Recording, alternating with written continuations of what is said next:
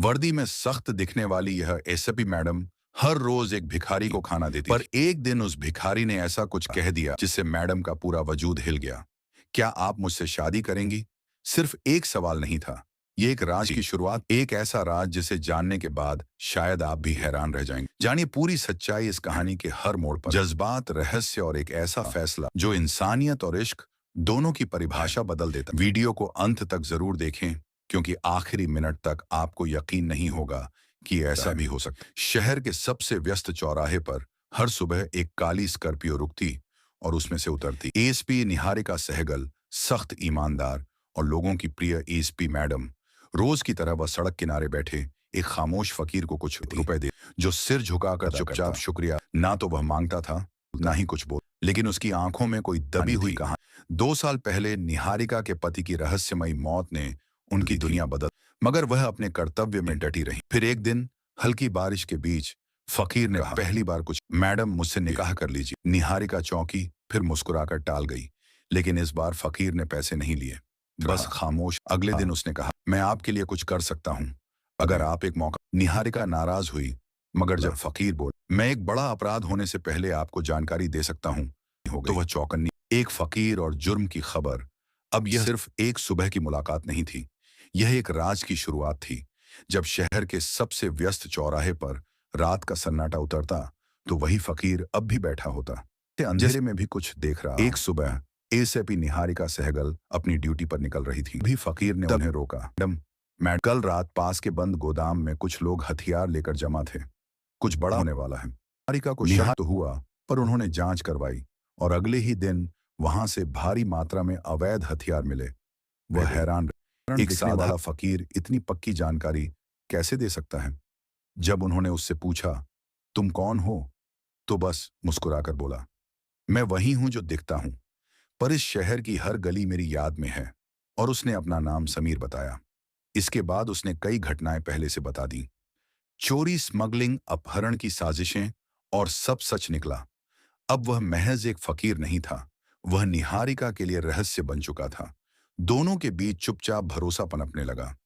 अब निहारिका उसे पैसे नहीं देती थी, बल्कि बैठकर बातें करती थी, चाय थमाती, खबरें पूछती। एक दिन यूं ही फकीर मुस्कुराया, आपने कहा था ना, बारिश में कॉफी पीने का मजा ही कुछ और होता है। वह बातें अब सिर्फ बातें नहीं रह गई थी, कोई पुराना रिश्ता धीरे धीरे उभरने लगा था। निहारिका सहगलसन रह गई। यह बात तो उन्होंने सिर्फ तव्यश चतुर्वेदी से कभी कही थी, और किसी को नहीं। पर उन्होंने खुद को संभाल लिया और मुस्कुराकर बोली, शायद तुमने मुझे कभी फोन पर बात करते सुना होगा। लेकिन सवाल उनके मन में बीज की तरह जम चुका था। फिर एक रात जब थाने से लौटते वक्त निहारिका की गाड़ी सुनसान सड़क पर अचानक बंद हो गई। बारिश भी तेज हो रही थी, वह अकेली और असहाय खड़ी थी। तभी जैसे अंधेरे को चीरते हुए वहीं फकीर वहां आ पहुंचा। मैडम, इस वक्त आप अकेली नहीं होनी चाहिए थी, उसने गाड़ी खोलते हुए कहा। उसके शब्दों में एक ऐसी परवाह थी जो किसी अजनबी की नहीं हो सकती। निहारिका ने उस रात उसे अपने घर चलने का आग्रह किया। पहले तो उसने इनकार किया, लेकिन आखिरकार मान गया। घर पहुंचकर उन्होंने उसे गर्म खाना परोसा। पहला निवाला लेते ही फकीर ने कहा, यह स्वाद जैसे किसी भूले हुए समय की याद लौट आई हो। निहारिका का दिल धक से रह गया। उन्होंने कुछ नहीं कहा, लेकिन मन में सवालों की आंधी चल रही थी। अगले ही दिन उन्होंने अपने पुराने दोस्त और फॉरेंसिक विशेषज्ञ विवान खन्ना को बुलाया। उन्हें फकीर की चुपके से ली गई तस्वीर दिखाई। विवान तस्वीर को गौर से देखते हुए बोला, चेहरा जाना पहचाना लग रहा है, लेकिन कुछ पक्का नहीं कह सकता। मुझे डीएनए या फिंगरप्रिंट जैसे सैंपल चाहिए होंगे। निहारिका उलझन में थी। वह नहीं चाहती थी कि फकीर को शक हो कि वह जांच के घेरे में है। फिर उन्होंने एक योजना बनाई। एक दिन उन्होंने फकीर को अपने पास बुलाया और कहा, तुम्हें एक नई जिंदगी की शुरुआत करने का मौका देना चाहती हूं। यहीं रहो मेरे साथ, एक बेहतर जिंदगी के लिए। फकीर ने थोड़ी देर चुप रहकर देखा, फिर सहमति में सिर हिला दिया। अब निहारिका सहगल के लिए सच्चाई और भी करीब थी, लेकिन वह जानती थी यह सफर आसान नहीं होगा।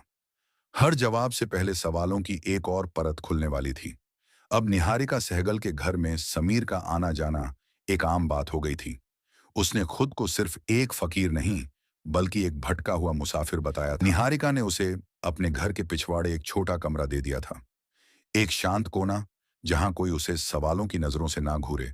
शुरुआत में समीर ने बहुत मना किया, लेकिन निहारिका सहगल के जोर देने पर उसने सिर झुका लिया। पर उनके दिल में सिर्फ करुणा नहीं थी, जिज्ञासा भी थी।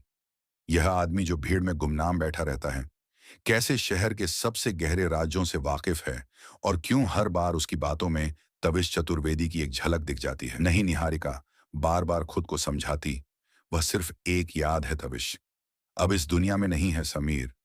अब उनके घर का हिस्सा था, लेकिन उसका दिन अब भी उसी पुराने अंदाज में बीतता। सुबह निकलता, सिग्नल के पास बैठता, राहगीरों से चंद सिक्के मांगता और शाम ढलते ही वापस लौट आता। एक दिन निहारिका ने उससे सीधा सवाल किया, अब जब तुम्हारे पास रहने को जगह है, खाने को खाना है, तो फिर भी तुम उसी चौराहे पर क्यों जाते हो? समीर बस मुस्कुराया और बोला, मैडम वो सिग्नल ही मेरा सच है, मैं वहां जो हूं वहीं हूं। इसी बीच एक शाम निहारिका सहगल को थाने से तत्काल सूचना मिली